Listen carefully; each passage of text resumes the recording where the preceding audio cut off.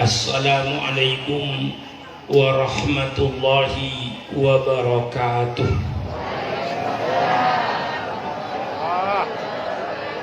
Bismillahirrahmanirrahim. Alhamdulillahirabbil alamin. Wassalatu wassalamu ala asyrafil anbiya'i wal mursalin sayyidina wa habibina wa syafi'ina wa maulana Muhammad wa ala alihi wa ashabihi ajma'in. Subhanaka la ilma lana illa ma 'allamtana innaka antal alimul hakim. La haula wa la quwwata illa billahil aliyil azim. Amma ba'du. Para alim ulama yang saya muliakan, para pengasuh pondok-pondok pesantren yang saya muliakan, seluruh pejabat-pejabat pemerintah setempat yang saya hormati, hadirin dan hadirat sekalian yang berbahagia, wabil khusus kepada seluruh panitia peringatan Maulid Nabi besar Muhammad sallallahu alaihi wasallam Yayasan Al-Hikmah yang dipimpin oleh Saudara Al-Mukarram Bapak Haji Asy'ari. Terlebih dahulu saya menyampaikan ucapan terima kasih yang setinggi-tingginya. Terima kasih atas segala usahanya. Terima kasih atas segala kegiatannya dalam rangka menghidupkan agama yang kita cintai di negara kesatuan Republik Indonesia ini. Tentu saya tidak lupa kepada seluruh panitia. Saya ucapkan terima kasih atas segala pengorbanan dan pengorbanannya. Selalu saya tekankan pengorbanan, pengorbanan, dan pengorbanan. Mengapa? Tidak ada satu keinginan, tidak ada satu kemauan, tidak ada satu cita-cita yang akan berhasil tanpa adanya pengorbanan. Negara Kesatuan Republik Indonesia terwujud ini bukan hadiah dari Belanda. Negara Republik Indonesia terwujud bukan hadiah dari Jepang. Tapi negara Kesatuan Republik Indonesia berdiri di atas aliran darah dan cucuran air mata rakyat Indonesia.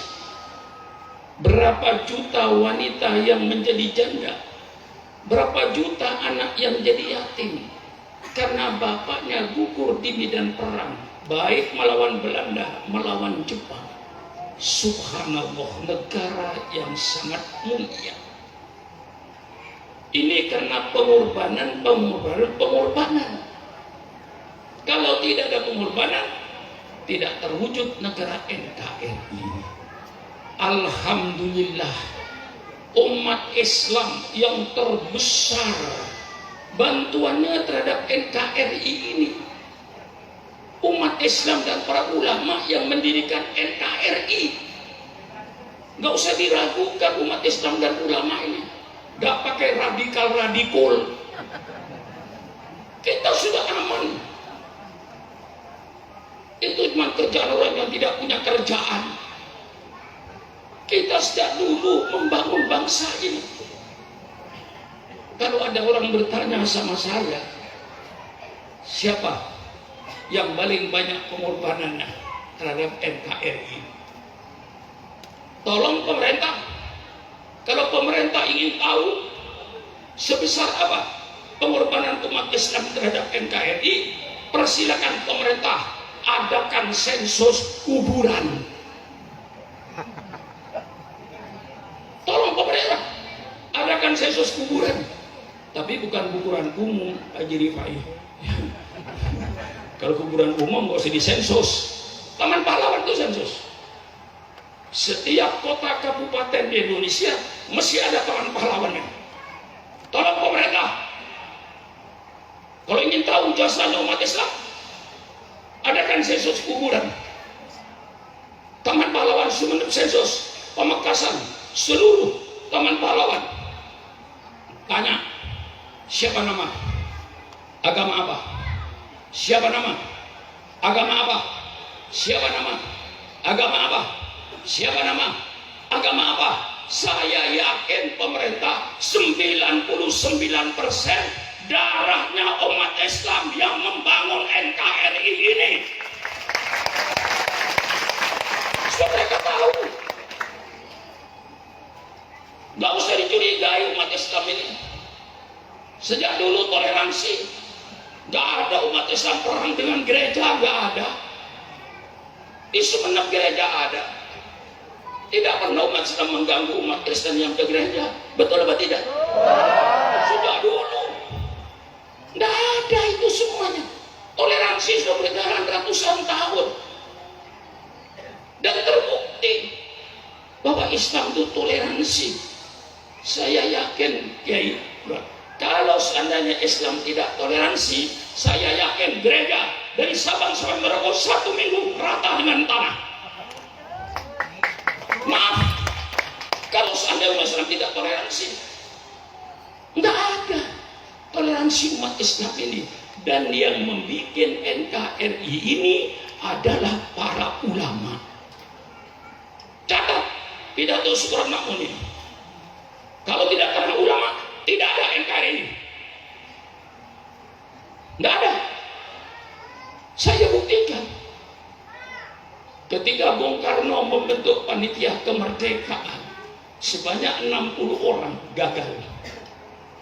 Akhirnya Bung Karno membuat panitia 9 orang. Terdiri daripada Bung Karno, Bung Hatta, dari Kristen Maramis, dari Islam banyak Abi Kusno, termasuk Muhammad Yamin, termasuk Pak Wahid Hasim, dan lain-lainnya. Ini yang merumuskan format negara, ditandatangani oleh semua agama, bahwa Republik Indonesia berdasarkan ketuhanan dengan kewajiban menjalankan syariat Islam bagi pemeluknya. Ini yang asli dalam Pancasila itu. Dengan terwujudnya format ini, maka Bung Karno didesak untuk segera mengadakan proklamasi. Tanggal 17 Agustus jam 10, Bung Karno naik, kami bangsa Indonesia, dengan ini menyatakan kemerdekaan Indonesia. Hal-hal yang mengenai pemindahan kekuasaan dan lain-lain akan dilaksanakan secara saksama dalam tempo yang sesingkat-singkatnya atas nama bangsa Indonesia Soekarno-Hatta. Hafal Kiai proklamasi. Masa diragukan?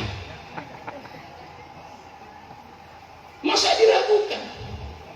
Nah, jam 3 sore datanglah utusan atas nama Indonesia Timur, seorang kolonel Angkatan Laut Jepang menyampaikan pada Bung Hatta, kalau 7 kata ini tidak dicabut, kami Indonesia Timur tidak ikut. Tentu Bung Hatta bingung. Jam 10 diumumkan kemerdekaan Republik Indonesia, jam 3 akan pecah jadi Indonesia Timur dan Indonesia Barat. Ini sejarah. Saudara-saudara yang muda ini nggak tahu sejarah ini. Mungkin yang menjadi pemimpin pun nggak tahu sejarah ini. Saya bongkar sejarah ini.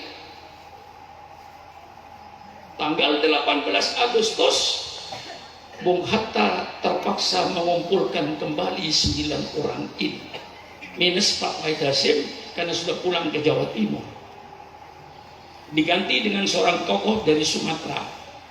Terjadi perdebatan supaya mencabut kata-kata dengan kewajiban menjalankan syariat Islam bagi pemeluknya supaya dicabut. Ini tidak dicabut, Indonesia Timur tidak ikut. Akan terjadi 2 republik, Republik Indonesia Timur, Republik Indonesia Barat. Tidak ada NKRI. Perdebatan begitu sengit. Tokoh-tokoh Islam waktu itu, subhanallah, dengan dada terbuka dicabut 7 kata ini. Kalau seandainya tokoh Islam baku tidak mau mencabut, karena ini sudah menjadi kesepakatan, NKRI tidak ada. Tokoh-tokoh Islam dengan lapang dada demi negara kesatuan Republik Indonesia cabut. 7 kata ini diganti dengan Maha Esa. Maha Esa itu Pancasila tanggal 18.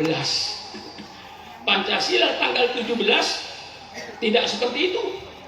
Ketuhanan berdasarkan ketuhanan dengan kewajiban menjalankan syariat Islam bagi pemeluknya. Itu yang disebut Piagam Jakarta. Tanggal 17 Agustus masih berlaku. 18 Agustus baru dirubah berdasarkan ketuhanan yang Maha Esa. Ini sejarah. Seandainya waktu itu ulama bertahan tidak mau cabut, ya nggak ada NKRI ini. Masa pengorbanan ulama untuk NKRI sejauh itu? Begitu merdeka kayak sekarang ini, kayaknya umat Islam yang dicurigai radikal. Terus terang aja saya bicara nih. Saya sudah hidup umur 82 tahun. Dengan umat Kristen saya tidak pernah membenci. Tidak pernah saya juru rakyat cegat itu orang Kristen yang mau ke gereja. Enggak. Hormati mereka yang ke gereja. Sejauh ini toleransinya umat Islam, dan sejauh itulah pengorbanan umat Islam untuk NKRI mulai zaman Diponegoro tahun 1825 sampai pada tahun 45, pengorbanan umat Islam untuk NKRI. Ya mungkin karena kita ini semua ini termasuk Syukuran Makmun, termasuk ketua RT, ketua RW, lurah, camat, bupati, gubernur, presiden, menteri, semua ini tidak ada yang berjasa dalam NKRI itu. Ayo ngomong dengan saya. Presiden kok tidak ikut berjasa dalam NKRI. Karena Bapak Presiden lahir tahun 1962. Presiden itu lahir tahun 1962. NKRI sudah ada. Kita semua ini termasuk Syukuran Makmun, termasuk ketua RT sampai presidennya, dari ketua DPRD-nya dan semua pejabatnya, ini pemakan jasa. Paham? Pemakan jasa. Makan jasanya orang lain. Siapa yang berjasa? Mereka yang di kuburan Taman Pahlawan itu yang berjasa. Dia yang berjuang, mati di medan perang, tidak menikmati jalan tol, tidak menikmati listrik masuk desa, tidak menikmati jalan layang, tidak menikmati kemerdekaan. Mereka gugur di medan perang. Kita semua ini adalah pemakan jasa. Saya cuma mengingatkan, jangan hanya pandai makan jasa, tetapi hendaknya kau ikut berjasa dalam negara ini. Isilah negara ini dengan orang-orang yang beriman dan bertakwa kepada Allah. Jangan diisi negara ini dengan pejabat-pejabat yang bersifat preman, bersifat bajingan. Isilah negara ini dengan pemimpin-pemimpin yang bertakwa kepada Allah, yang memikirkan keadilan dan kesejahteraan rakyatnya, bukan memikirkan kepribadiannya. Dan ini pemakan jasa. Saya tidak melarang saudara makan jasanya orang lain, tapi persilakanlah. Jangan hanya pandai makan jasa, tapi harus pandai pula berjasa. Orang yang hanya pandai makan jasa tapi tidak mau berjasa, itulah orang-orang yang hanya pandai berjoget di atas kuburan orang lain. Hai pemimpin-pemimpin bangsa, kau jangan berjoget di atas kuburan para pahlawanmu. Kau menikmati segala-galanya, fasilitas kau dapati, gajimu tinggi. Ada yang gajinya 60 juta lebih, ada yang gajinya 150 juta per bulan seorang pejabat. Kalau gaji kecil Pak Sari, tapi tunjangannya yang Masya Allah. Gaji Bupati Sumeneb tuh saya tahu, gajinya cuma 8 juta. Gaji pokok, tunjangan ini, tunjangan sana sini, dari pojok situ tunjangan, pojok sini tunjangan. Lama-lama penerimaannya ya puluhan juta. Loh, saya tidak menghalang-hali Anda makan jasa, tapi tolong jangan hanya pandai makan jasa, tapi hendaknya mari kita berjasa pada bangsa ini, bikin baldatun thayyibatun warbun wafur, bikin suatu negara yang adil dan sejahtera, kesejahteraan dalam keadilan, keadilan dalam kesejahteraan. Jangan dipisah sejahtera dan adil ini. Ini menjadi cita-cita semua bangsa Indonesia. Ini negara Republik Indonesia terwujud karena pengorbanan. Agama Islam diturunkan oleh Allah kepada junjungan kita Nabi besar Muhammad SAW. Apakah Islam langsung jaya? Apakah Islam langsung besar? Apakah Islam langsung tersebar? Tidak. Ini pun dengan pengorbanan.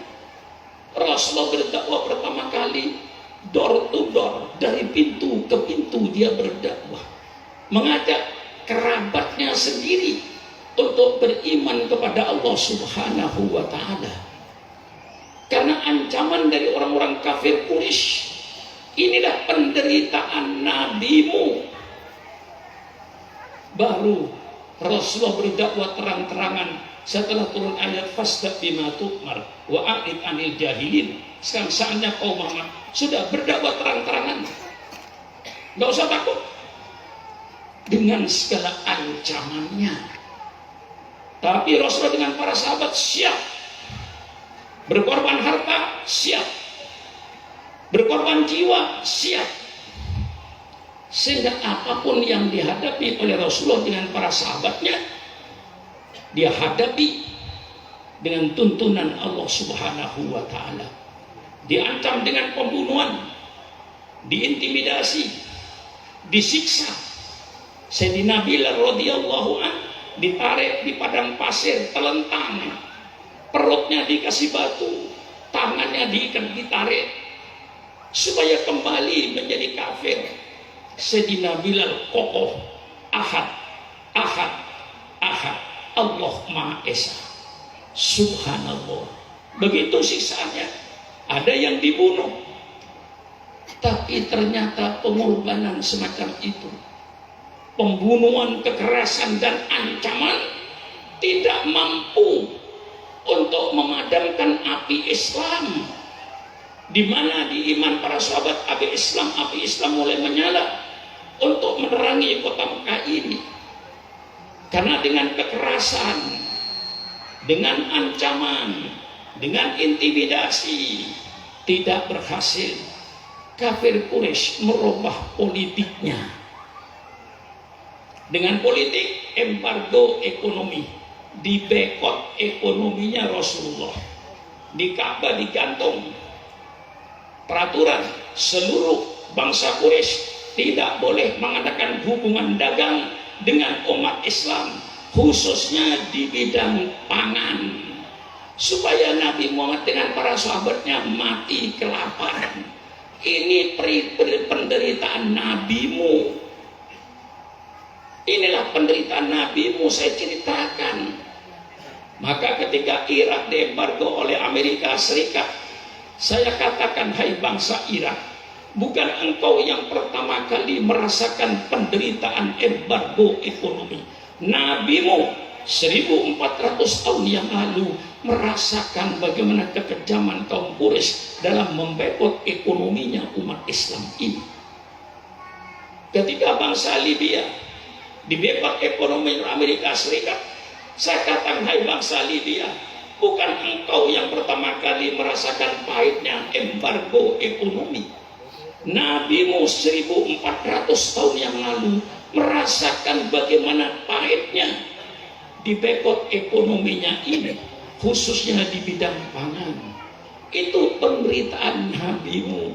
Itulah pengorbanan Nabi Muhammad yang kita peringati sekarang ini.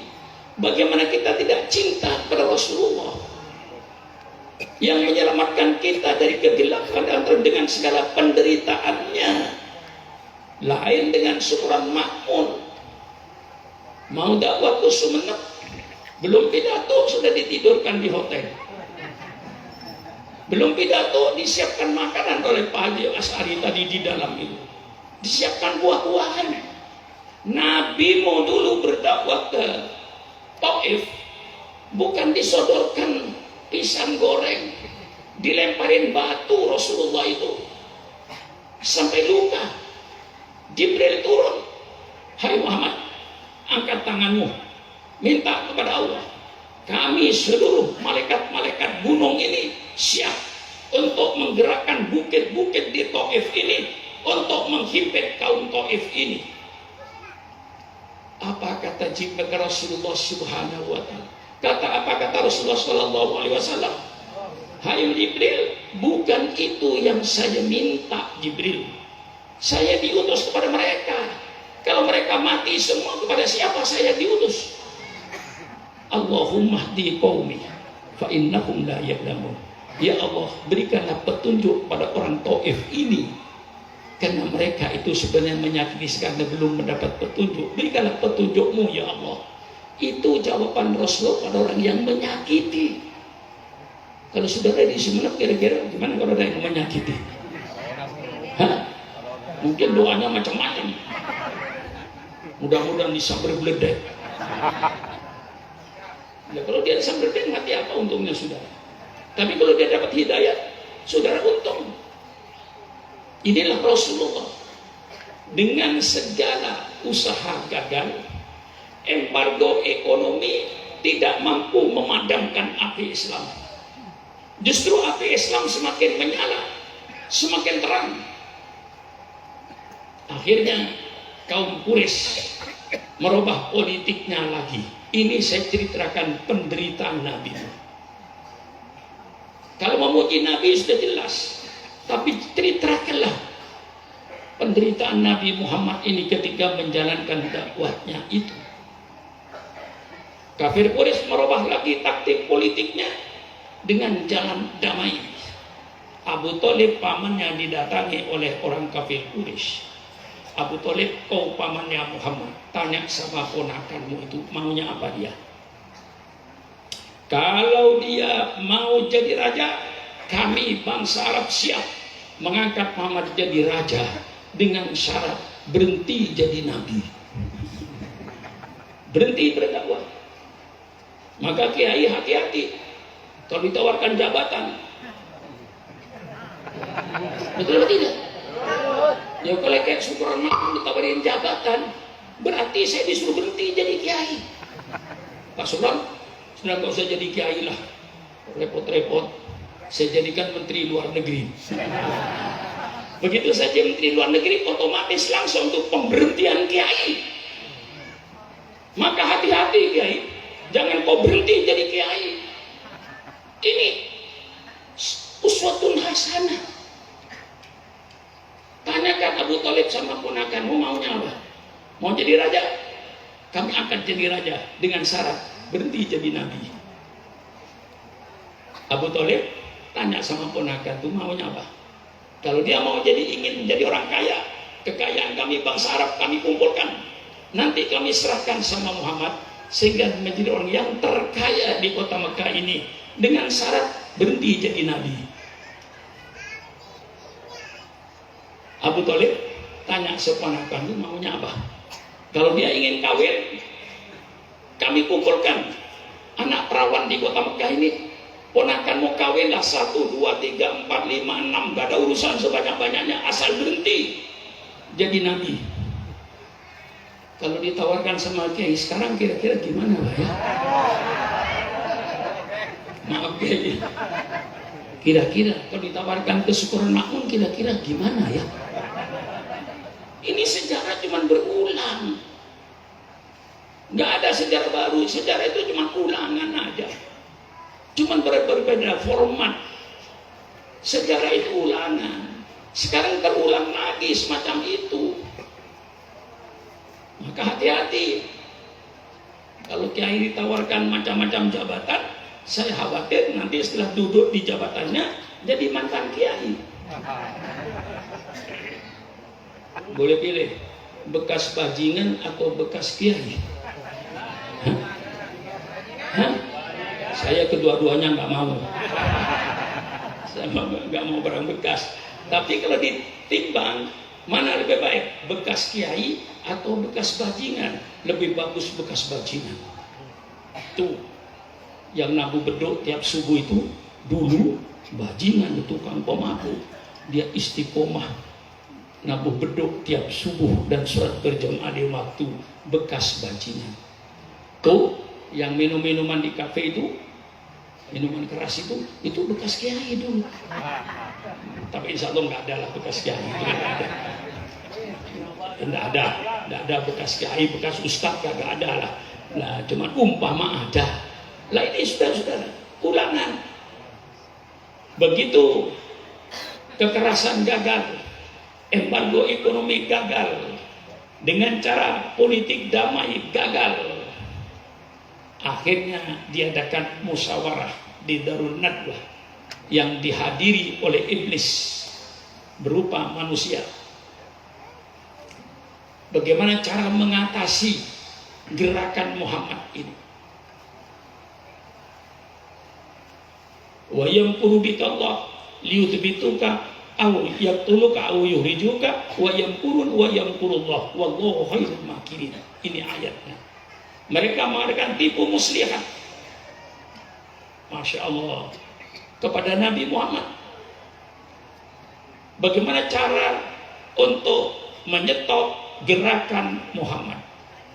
Abu Jahal angkat tangan, sebaiknya Muhammad itu dikerangkeng dalam penjara dalam sebuah rumah, kunci dari luar, tidak boleh keluar.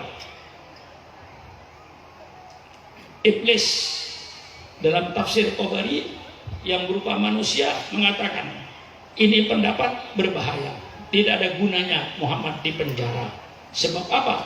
Keluarga Muhammad bangsa Quraisy, bangsa-bangsawan, tentu mereka punya wibawa. Kalau kaumnya, anggotanya di penjara, pasti akan dibela oleh bangsanya, bangsa Quraisy, bangsa yang mulia, bangsa yang terhormat. Tidak ada gunanya. Angkat tangan lagi Abu Lahab.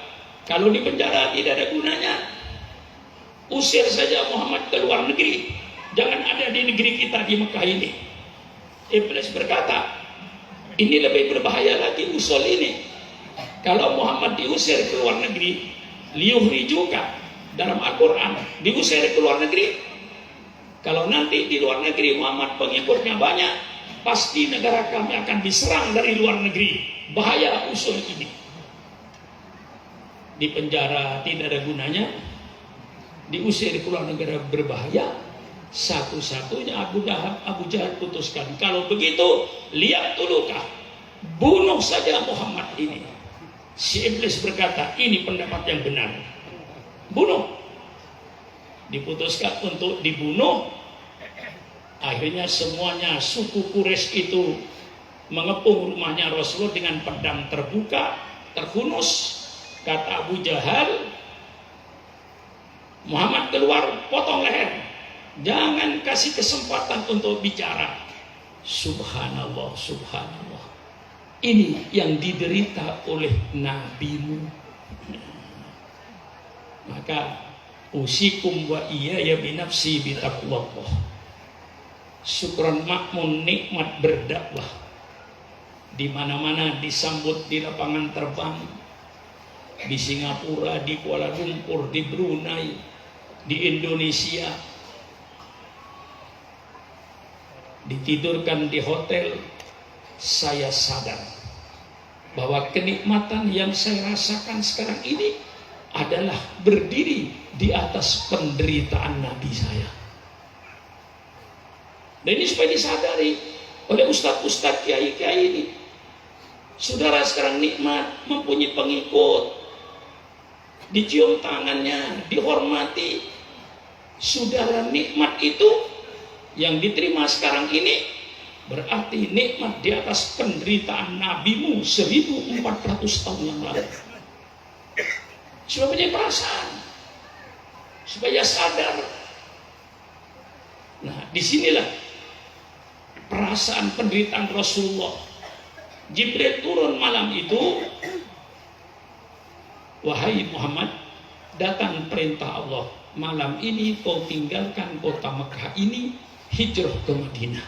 Subhanallah, disuruh meninggalkan tumpah darahnya, tanah air yang dia cintai,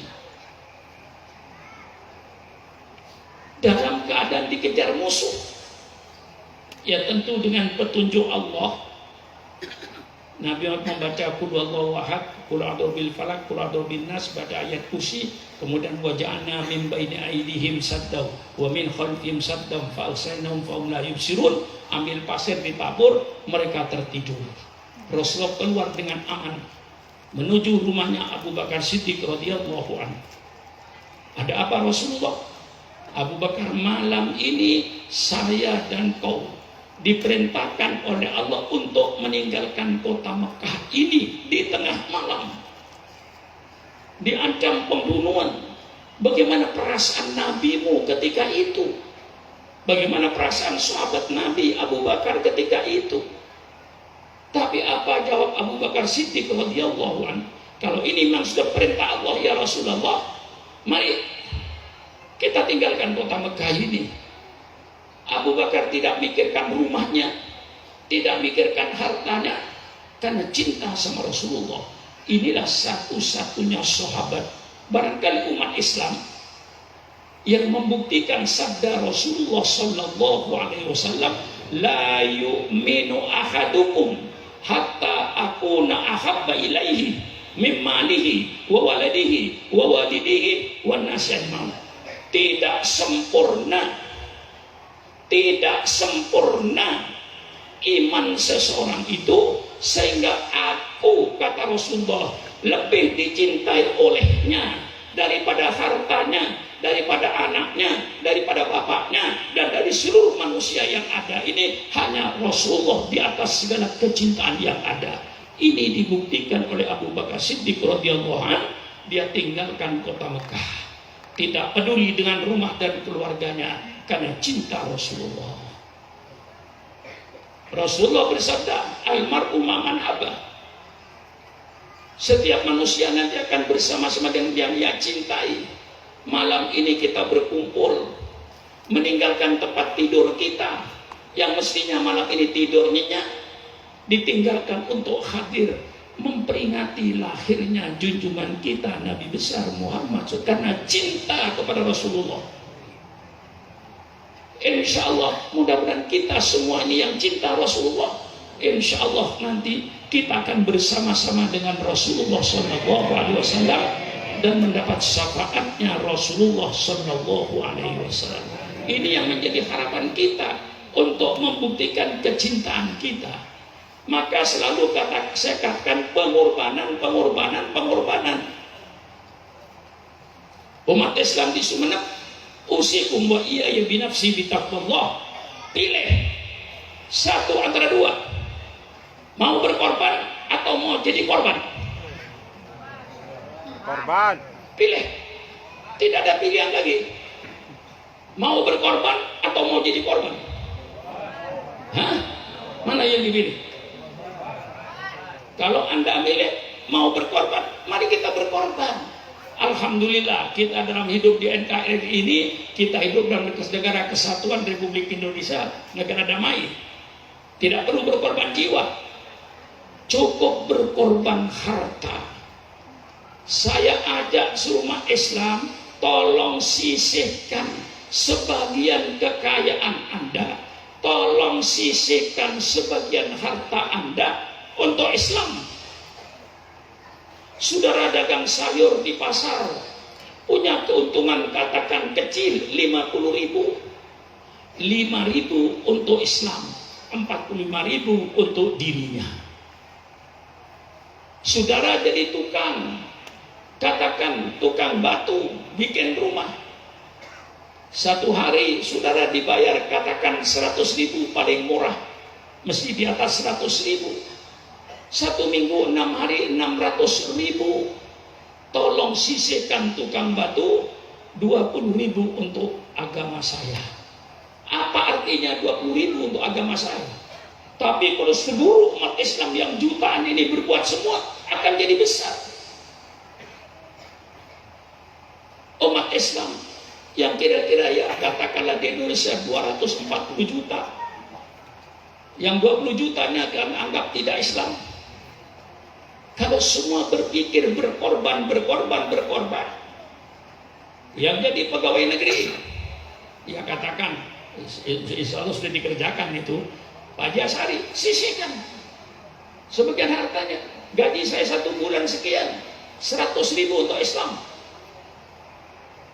Berikan kepada masjid 100.000. Apapun profesi saudara, saya minta sisihkan sebagian harta saudara untuk kuburan. Ya, pidatonya tegas, tapi dikerjakannya sulit. Iblisnya juga. Iya. Yang menasihati jenderalnya kiai, tapi yang menggoda iblisnya jenderalnya iblis. Sama-sama jenderal lawan jenderal ini. Saya nasihati, kalau semua umat Islam itu mau berkorban untuk kepentingan Islam, sekecil-kecilnya, biar tukang batu, tukang sayur nyisihkan sedikit daripada hartanya. Punya keuntungan 1 hari 100.000, 10.000 untuk Islam. Berikan ke masjid kalau Jumatan, atau berikan kepada yayasan yang kita bina ini. Ya, yayasan Al-Hikam. Insya Allah Islam hidup, yayasan hidup, pesantren hidup, madrasah hidup, masjid hidup, kalau dengan pengorbanan. Kalau ke masjid memasukkan duit ke tromol, duit apa yang dicari? Hah? Yang dicari duit ribuan dan 2.000-an. Maaf masyarakat Sumeneb, kalau kau ketika Jumatan mengeluarkan duit 2.000 masuk tromol, jangan kau anggap beramal, kau menghina agamamu. Kau tidak menghargai agamamu, menghina agamamu. Maaf, sekarang baru merasa ngambil duit 50.000-an masukkan lagi, 50.000-an masukkan lagi, 5.000-an masukkan lagi, tarik 2.000-an baru dipasang. Itu penghinaan besar-besaran terhadap agamamu. Kau tidak menghargai agamamu, kau tidak menghargai surgamu. Masa mau surga 2.000? Saya membuka otak. Saya membuka apa ini? Membuka otak berpikir. Masuk kebun binatang Surabaya saja mungkin 15.000. Itu baru masuk kebun binatang. Lihat monyet. 15.000, 20.000. Saudara ke masjid bisa etikaf, mendengarkan khotib memberikan nasihat, bisa tahiyatul masjid, bisa qobliyatul Jum'ah, bisa ba'diyatul Jum'ah. Masya Allah, 2.000. Pakai otak, umat Islam. Ini saya bongkar.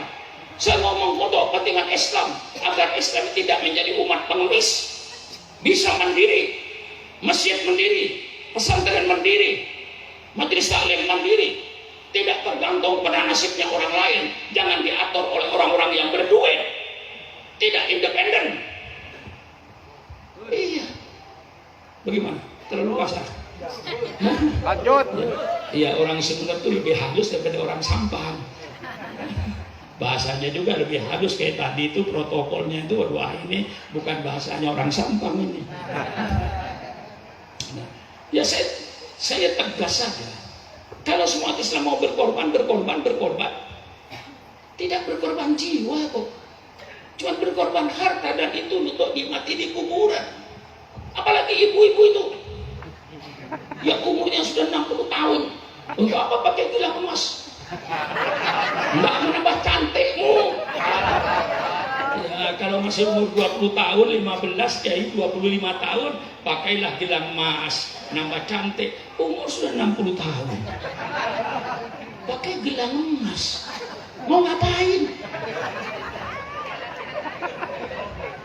Ya mudah-mudahan sama-sama panjang umur Bu ya. Amin. Ibu umurnya baru 50 tahun, 60 tahun. Suaminya umur 60 tahun. Lalu ibu naudzubillah mati duluan. Suaminya masih umur 60 tahun, kawin lagi. Begitu kawin dibuka lemarinya, gelang ibu diturunkan, dipasang sama istrinya yang muda. Bagaimana perasaan ibu di kuburan? Hei, hai nenek-nenek, pasang otakmu.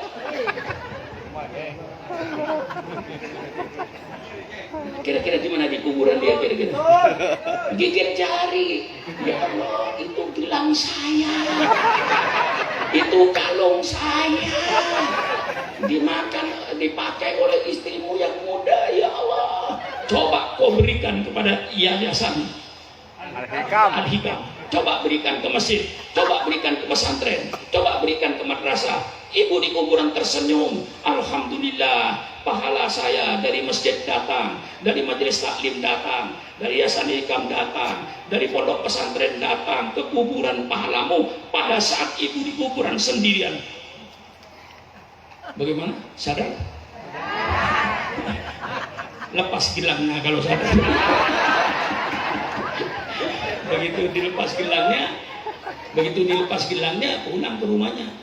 Tanya oleh suaminya, kemana gelangnya? Wah, saya ikuti pidato Pak Suprono zaman. Ya, sering-sering ngaji ya, lama-lama rumahnya dijual.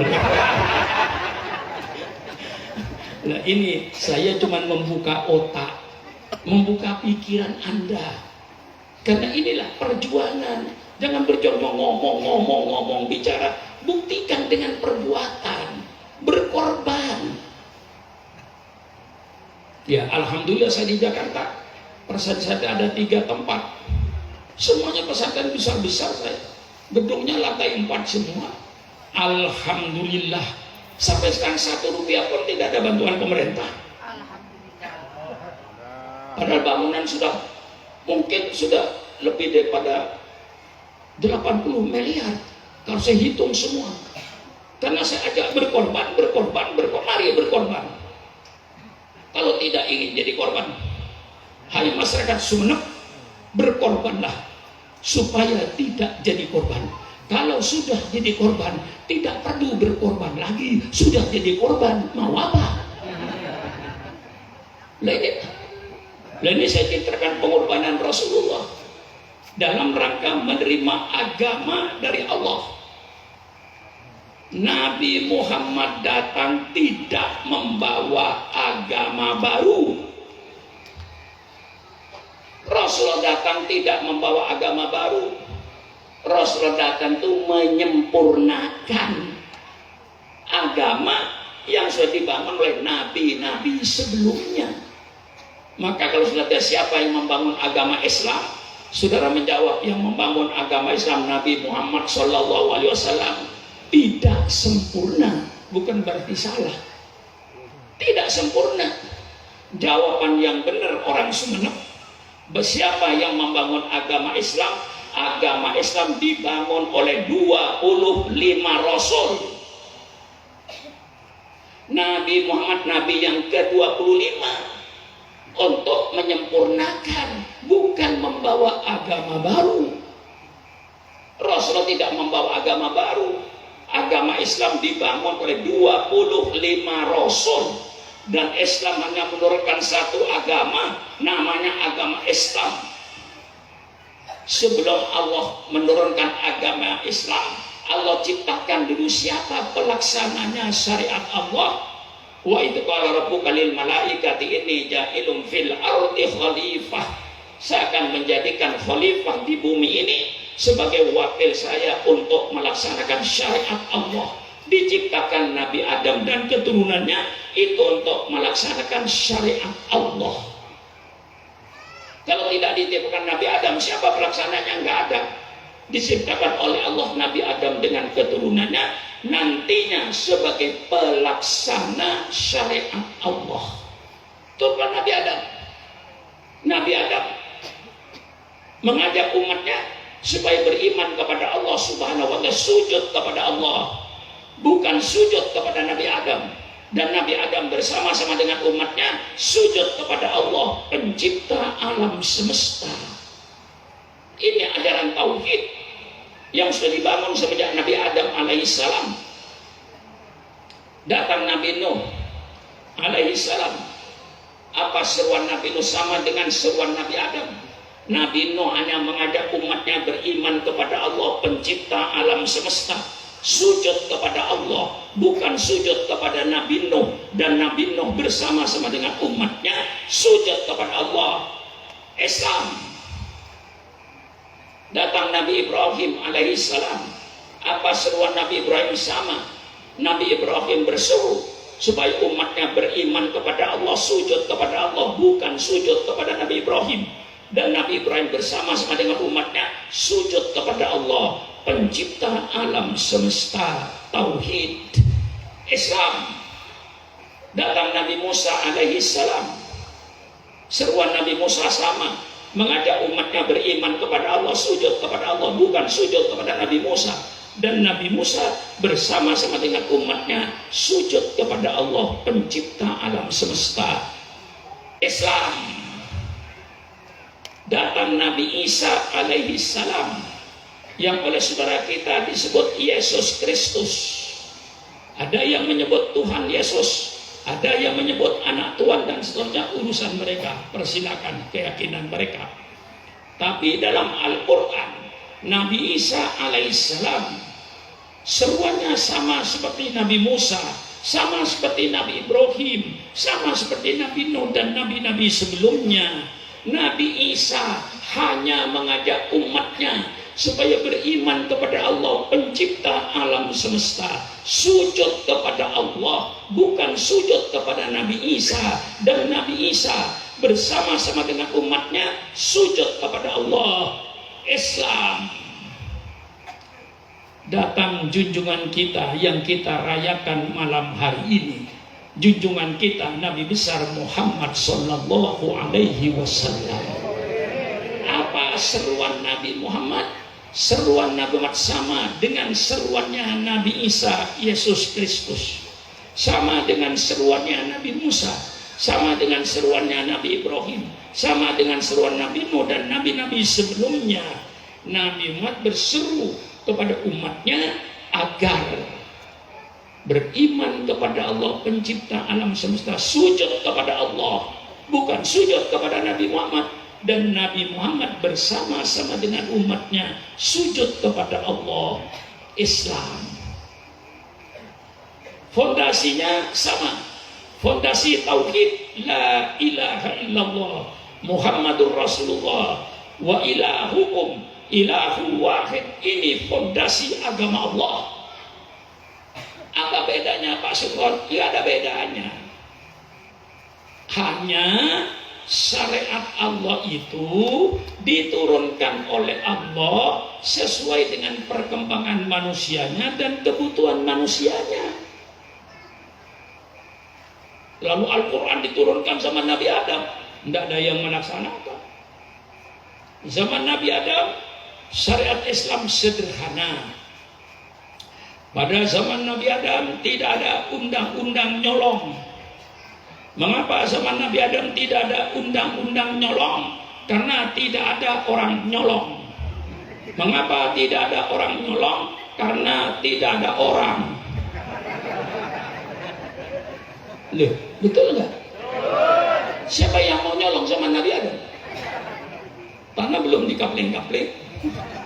Kan sudah ada yang kapling-kapling tanah ini. Jangankan kapling, negara kagak ada. Zaman Nabi Adam nggak ada Singapura, nggak ada Malaysia, tidak ada Saudi Arabia, tidak ada Inggris, tidak ada Perancis. Yang ada dunia. Milik siapa? Milik Nabi Adam dengan Siti Hawa berdua. Siapa yang mau nyolong sapi? Siapa yang mau nyolong rambutan? Kagak ada. Nggak perlu. Zaman Nabi Adam, undang-undang perkawinan tidak sesempurna kita sekarang ini. Mengapa? Karena zaman Nabi Adam tidak ada orang kawin. Mengapa tidak ada orang kawin? Karena tidak ada orang. Yang kawin hanya anaknya Nabi Adam. Oleh Allah dipermudah. Zaman Nabi Adam kakak kandung kawin dengan adik kandungnya, dikawinkan oleh Nabi Adam. Zaman Nabi Adam dikasih kemurahan oleh Allah, sederhana. Jadi kalau di Sumeneb sekarang ada orang mau kawin dengan adik kandungnya Sri karena cantik, itu orang salah lahir. Mestinya lahirnya zaman Nabi Adam kayak. Kalau lahirnya zaman Nabi Adam boleh itu. Datang Nabi Nuh disempurnakan oleh Allah. Datang Nabi Ibrahim disempurnakan oleh Allah. Datang Nabi Daud disempurnakan oleh Allah dengan kitab Zaburnya. Datang Nabi Musa disempurnakan oleh Allah dengan kitab Tauratnya. Datang Nabi Isa disempurnakan oleh Allah dengan kitab Injilnya. Maka kita umat Islam wajib percaya pada kitab-kitab suci yang diturunkan oleh Allah, tapi kita percaya pada kitab suci yang asli. Kitab Taurat yang asli ialah firman Allah yang Allah berikan kepada Nabi Musa. Tidak ada perkataan Nabi Musa dalam kitab itu. Tidak ada perkataan pendeta-pendeta pada zamannya. Murni firman Allah kepada Nabi Musa. Itu Taurat yang asli. Mencari Taurat yang asli sekarang, dicari di pojok bumi pun tidak akan ketemu. Karena oleh Allah sudah diangkat kitab-kitab ini. Disempurnakan dengan kitab Injil. Kita percaya pada kitab Injil.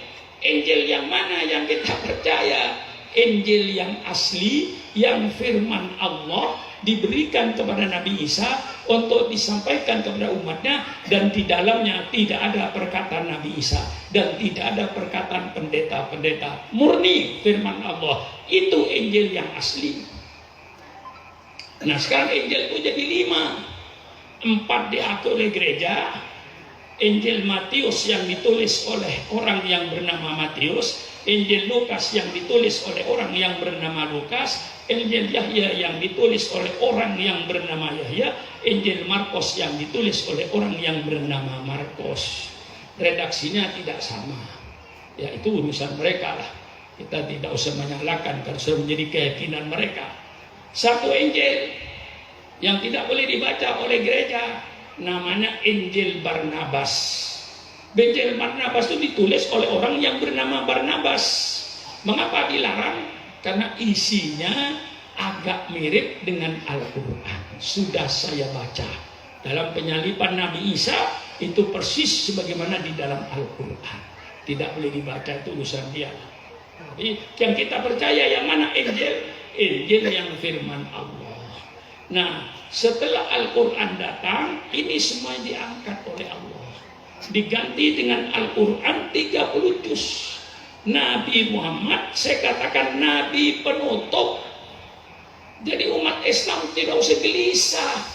Ada di Jakarta ngaku Nabi, ada di Jombang ngaku Nabi, ada di Jember ngaku Nabi. Kita ahli sunnah wal jamaah tidak usah bingung. Tidak ada Nabi setelah Nabi Muhammad. Siapapun yang ngaku Nabi setelah Muhammad itu Nabi palsu. Nggak usah gelisah. Oleh kita dari Kiai sudah dibaca tadi. Maka nama Muhammadun aba hadim mirijalikum walakin Rasulullah wa khataman nabiyyin. Muhammad itu bukan salah seorang daripada ayah seseorang, tapi dia sebagai Rasul dan penutup para nabi. Maka Rasulullah Sallallahu Alaihi Wasallam bersabda dalam kitab Shahihu Muslim dalam bab Muhammad Khatamun Nabiyyin, Rasulullah bersabda, "Mathali wa mathalul anbiya min qabli kamathali man bana baitan wa ana akhiru man wada'adil billah." Perumpamaan saya, kata Nabi Muhammad, dengan nabi-nabi sebelum saya itu cuma ibaratkan orang yang membangun sebuah rumah besar. Saya datang terakhir, saya meletakkan batu terakhir, berarti pembangunan sudah selesai. Dengan datangnya Nabi Muhammad, maka syariat Allah sempurna. Quran 30 juz memberikan petunjuk hidup baik di dunia dan di akhirat, lengkap seluruhnya. Maka nabi-nabi sebelumnya oleh Allah diutus hanya kepada kaumnya, tapi Nabi Muhammad diutus dengan syariat Allah yang sempurna. Wa ma arsalnaka illa rahmatan lil alamin. Tidaklah saya utus engkau maka jadi rahmat seluruh alam. Maksudnya jadi rahmat seluruh alam, kalau nabi-nabi sebelumnya diutus hanya kepada kaumnya, Nabi Muhammad bukan nabinya orang Arab saja. Saya tambah saja ya. Nabi Muhammad bukan nabinya orang Indonesia saja. Nabi Muhammad bukan nabinya orang Cina saja. Nabi Muhammad bukan nabinya orang Eropa saja. Nabi Muhammad bukan nabinya orang Afrika saja. Nabi Muhammad bukan nabinya orang Amerika saja. Nabi Muhammad nabinya seluruh umat manusia di dunia ini. Itu namanya rahmatan lil alamin. Kemarin pernah ada temuan di rumah saya, mungkin itu termasuk viral juga. Ada banser baris menghadap sama saya. Saya katakan, Anda tahu nggak sejarah banser didirikan oleh ulama NU? Ini didulukan sekitar tahun 62. Waktu itu banyak kiai-kiai oleh ninja yang dibunuh secara rahasia, malam didatangi dibunuh. Nah, waktu itulah didirikan banser, kata saya. Gunanya banser apa? Untuk menjaga rumah kiai. Kiai dijaga bergilir, malam ini rumah 5 banser, besok malam ganti banser yang lain, banser dijaga rumah kiai supaya aman. Lalu saya bilang, sekarang kamu jadi banser, rumah kiai tidak dijaga, gereja yang dijaga. Saya kampleng, plok gitu pipinya, tapi insya Allah nggak ada yang melawan sama saya. Itu kan benar saya itu. Urusan gereja polisi yang jaga dong. Kalau tentara lain lagi, urusan pertahanan negara melawan musuh perang, polisi lah keamanan masyarakat itu. Sepak bola keamanannya nggak usah banser yang jaga bola, sepak bola itu polisi yang jaga. Jangan kapling orang diambil. Saudara itu menjaga warga NU ini. Nah, itulah saudara-saudara. Maka setelah Al-Quran 30 juz turun, pembangunan Islam selesai. Ketika Nabi Adam pembangunan Islam belum selesai, datang Nabi Nuh belum selesai, datang Nabi Ibrahim belum selesai, datang Nabi Musa pembangunan Islam belum selesai, datang Nabi Isa pembangunan Islam belum selesai, datang Nabi Muhammad barulah pembangunan Islam selesai. Quran 30 juz diturunkan oleh Allah untuk memberikan petunjuk hidup, baik petunjuk dunia maupun petunjuk akhirat, sempurna, lengkap. Karena pembangunan Islam selesai, Allah deklarasikan dalam firman-Nya, al-yauma akmaltu lakum dinakum wa atmamtu alaikum nikmati wa raditu lakumul Islam madina. Pada hari ini telah saya sempurnakan agamamu untukmu. Ketika Nabi Muhammad di Arafah haji yang terakhir, turunlah ayat ini menurut ulama tafsir. Pada hari ini telah saya sempurnakan agamamu untukmu. Al-Quran 30 juz sudah saya turunkan semua untuk memberikan petunjuk hidup, baik hidup di dunia dan hidup di akhirat. Wa atmamtu alaikum nikmati, dan telah saya sempurnakan nikmatku untuk kalian. Menurut ulama tafsir, sempurnanya nikmat Allah itu dengan lahirnya Nabi Muhammad Sallallahu Alaihi Wasallam. Seandainya Nabi Muhammad belum lahir, nikmat Allah belum sempurna kepada umat manusia ini. Quran sudah turun, tapi yang menjelaskan belum ada. Lahirlah Nabi Muhammad Sallallahu Alaihi Wasallam untuk menjelaskan Al-Quran. Al-Qurannya 30 juz sudah turun, yang menjelaskan Nabi Muhammad sudah diutus. Allah menyatakan, maaf, ini bukan perkataan bukan syukran makmun. Ini Allah yang menyatakan, wa raditu lakumul Islam madina. Saya ridho, kata Allah, agama Islam sebagai agamamu sudah sempurna, sudah lengkap. Saya ridho Islam sebagai agamamu. Maka agama yang diridhoi oleh Allah hanya agama, hanya agama, hanya agama. Mau apa? Allah yang bilang, bukan syukran makmun. Mau tangkap, tangkap orangnya. Iya, saya sudah tua kayak begini. Jangan membangunkan macan tidur. Saya sudah tidur. Tapi kalau Islam mau diganggu, insya Allah umur seorang berubah. 82, komputer berputar jadi 28. Dan saya buktikan, ini bukan pidatonya orang umur 82. Ini pidatonya anak umur 20-25. Tapi kalau sudah Islam, jangan coba-coba Anda mengganggu Islam. Ayo berdebat dengan saya. Ayo berdialog dengan saya. Ini Allah yang bicara, bukan saya. Wa raditu. Etanakan. Mutakallim. Wa raditu. Bahasa Indonesia, saya ridho, saya rela. Kata siapa? Kata Allah. Rela apa? Al-Islam sebagai agamamu. Wa raditu lakumul Islam madina. Itu Allah yang bicara, bukan syukran makmun. Inna dina indallahil Islam. Sesungguhnya agama yang diridhoi oleh Allah hanya agama, hanya agama. Kurang apa saya? Gak usah curiga dengan saya. Saya sudah tua. Mau jadi presiden sudah ketuaan. Mau jadi menteri sudah terlambat. Mau jadi anggota DPR sudah ketuaan. Di depan saya cuma kuburan. Allah kasih saya panjang umur. Allah kasih saya kesehatan. Apa? Bagi saya. Mau jadi menteri enggak? Mau jadi gubernur juga enggak? Jadi bupati juga enggak? Jadi DPR juga enggak? Udah ketuaan. Sudah masa lalu. Tinggal kuburan yang akan saya tempati. Satu-satunya saya tinggal mencari keridhaan Allah. Saya menyampaikan kalimat Allah. Inilah Islam yang diturunkan oleh Allah sempurna.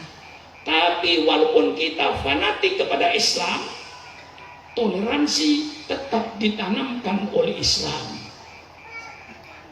Saya menghormati agama lain. Umat beragama, mari kita saling harga menghargai, saling hormat menghormati antar umat beragama. Tapi bukan berarti membenarkan semua agama. Membenarkan semua agama hukumnya murtad, kafir. Jangan main-main akidah, saudara. Sekarang ada sedang ngetren, semua agama sama, semua agama benar, semua umat beragama masuk surga. Itu pendapat Yahudi yang bernama Abraham Giger. Abraham Giger itu tokoh reformasi Yahudi yang berkata semua agama sama. Mengapa? Alasan dia, semua agama menyuruh kepada kebaikan, tidak ada agama yang menyuruh kepada kejahatan. Oleh itu semua agama sama. Semua agama tujuannya masuk surga. Umat beragama apapun saja ke surga. Subhanallah. Itu pemurtatan umat Islam. Sekarang saya tanya kepada saudara, yang sholat subuh masuk surga, yang tidak sholat subuh masuk surga. Surganya sama, nggak ada bedanya. Yang sholat subuh masuk surga, yang tidak sholat subuh masuk surga juga, surganya sama. Milih yang mana? Jujur, jujur. Hah? Milih yang mana? Pasti anak muda ini milih yang tidak sholat subuh. Kata Pak Sukron, yang sholat subuh masuk surga, Yang tidak sholat subuh masuk surga, surganya sama. Semua umat beragama, agama apapun masuk surga. Itu pemurtatan. Toleransi itu bukan berarti pemurtatan. Toleransi itu saling hormat menghormati, saling harga antar umat beragama, tapi bukan berarti membenarkan semua agama. Membenarkan semua agama murtad kafir. Persilakan yang mau nonton. Kesel saya ini. Dulu-dulunya nggak ada begini-begini. Kalau toleransi ada. Dalam Islam, Pak, orang kafir itu dibagi dua. Ada namanya kafirun harbiyun, orang kafir yang memerangi kita, orang kafir yang membunuh kita, kita lawan. Nah, ini yang perlu saya ingatkan. Ada dalam hadis Rasulullah namanya kafirun zimmiyun. Kafirun zimmiyun itu orang kafir, tapi hidup damai dengan umat Islam, tidak mengganggu Islam. Kayak saudara-saudara kita orang Cina itu yang ada di Indonesia, mereka tidak mengganggu Islam, tidak menghina Islam, hidup rukun dengan umat Islam. Itu namanya kafirun zimmiyun, orang kafir yang wajib dilindungi. Nah, Rasulullah bersabda, "Wa man ada dzimmiyan fa ana hasmuhu idza kuntu asma'u hasamtu yaumil qiyamah." Barang siapa yang menyakiti orang kafir yang hidup rukun dengan orang Islam, berarti sayalah musuhnya pada hari kiamat. Kalau saya musuhnya, kata saya musuhi dia hari kiamat. Subhanallah. Tolong carikan agama lain yang lebih toleransi daripada Islam. Tolong carikan. Ini ajaran Islam toleransi. Rasulullah bersabda, "Waman ada dzimmiyan faqad adani." Barang siapa yang menyakiti orang kafir yang hidup rukun dengan umat Islam, berarti dia telah menyakiti saya. Mana ada yang lebih toleransi? Tolong carikan agama lain yang berdasarkan kitabnya, yang kayak Islam toleransinya. Al-Quran menyatakan, "La tasubul ladina yad'una min dunillah fayasubullah adwan biwali ilmin." Hai orang-orang yang beriman, kau jangan menghina orang-orang yang menyembah kepada selain Allah, karena nanti mereka akan menghina Allah, timbullah permusuhan di antara kamu. Kurang jelas apa Quran ini yang mengajarkan toleransi? Tidak ada yang lebih toleransi daripada Islam. Ini saya jeret-jeret saudara. Kalau selalu dituduh orang yang tidak toleransi Islam, yang tidak toleransi Islam, yang tidak toleransi Islam, sakit hati saya. Karena Islam mengajarkan toleransi. Ini ayat Qurannya, ini hadisnya. Karena Al-Quran diturunkan untuk mengatur, untuk membentuk satu peradaban. Ya. Sekarang ini kita sedang perang peradaban antara peradaban Islam dengan peradaban Barat. Sekarang sedang perang. Mereka ingin menghancurkan peradaban Islam supaya assalamualaikum diganti dengan selamat pagi, saudara. Jilbab bukan ajaran Islam, dan seterusnya dan seterusnya, untuk membingungkan umat Islam. Mereka ingin menukar peradaban Islam dengan peradaban Barat. Maka kita harus mempertahankan peradaban Islam. Dan saya yakin satu peradaban bangsa yang paling indah adalah peradaban Islam. Dalam peradaban berumah tangga, peradaban Islamlah yang terindah. Kalau seorang pemuda menaksir seorang gadis, itu namanya pemuda yang wajar. Laki-laki senang dengan perempuan, perempuan senang laki-laki, itu kudrat Allah. Kalau ada anak laki-laki berkata, "Saya ketemu dengan anak perempuan cantik, saya enggak apa-apa, saya kesenggol dengan dia sama dengan kesenggol tiang listrik." Itu laki-laki enggak waras itu. Perlu periksa dokter itu. Tapi kalau seorang anak muda, saya pernah melihat laki-laki berperempuan cantik, pakai hati saya dikduk, normal, bagus, sesuai dengan kudrat Allah. Allah yang menyuruh laki-laki cinta perempuan, perempuan cinta laki-laki. Tidak ada larangan pergaulan bebas. Malah Allah menyuruh agar umat Islam bergaul bebas dengan perempuan sebebas-bebasnya, tapi di bawah undang-undang Allah. Betul? Fankihu ma qabalakum minan nisa. Itu perintah pergaulan bebas. Kalau ayah saudara dengan ibu saudara tidak bergaul bebas di atas ranjang, tidak ada saudara.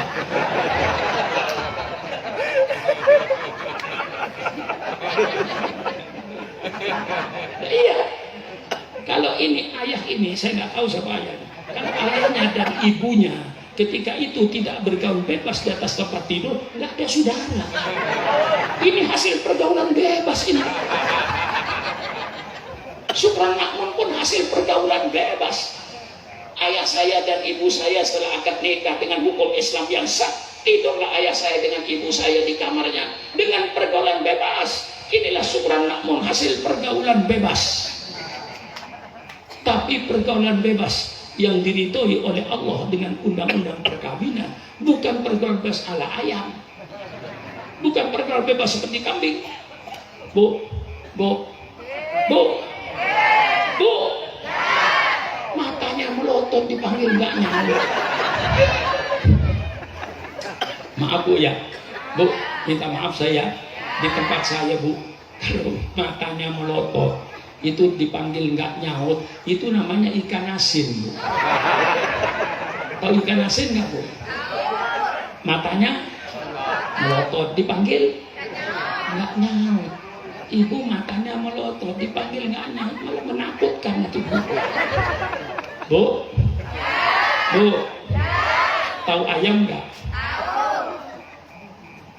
Ayam bertelur 6 biji, ngerem, netes jadi ayam jago.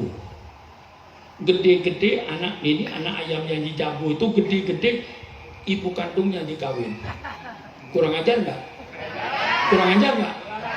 Siapa?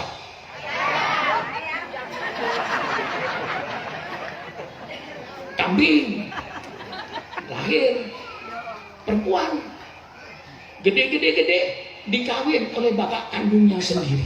Kurang ajar nggak? Siapa? Mau jadi kambing? Mau jadi ayam? Oleh Allah diatur dengan satu peradaban.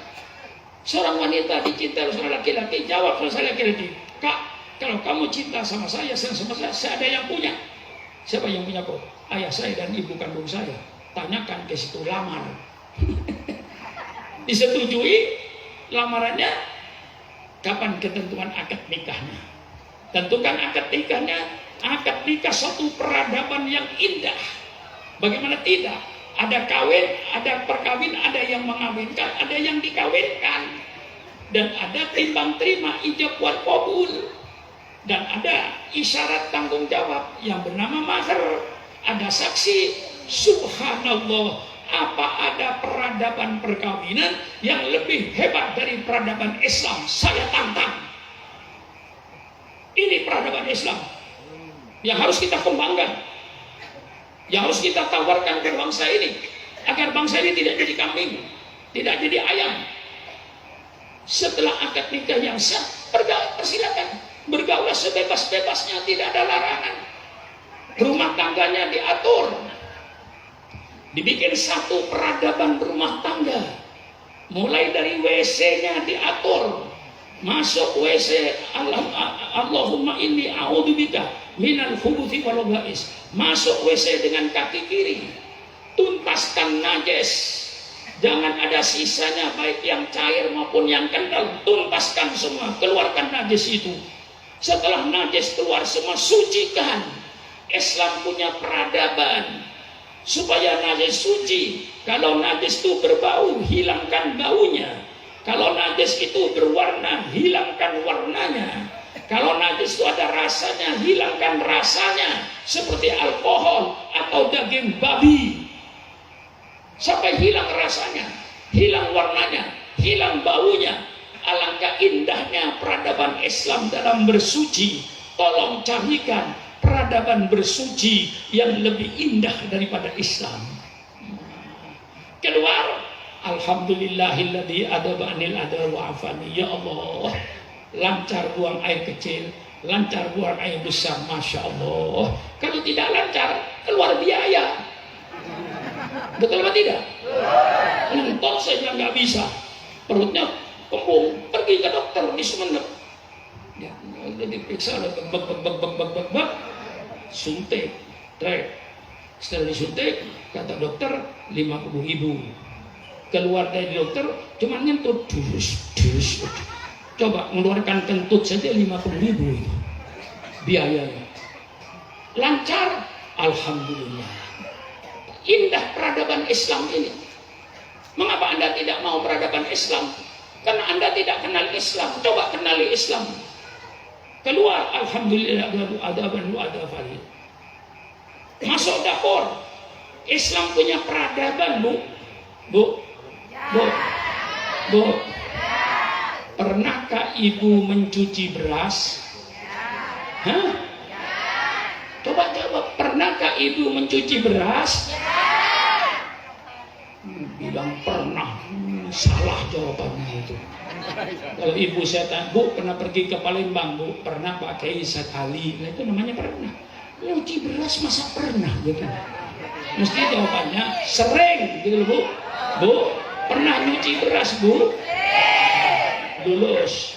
Karena jawabannya dikasih tahu. Jadi kalau ujian ingin lulus gampang, kasih tahu jawabannya.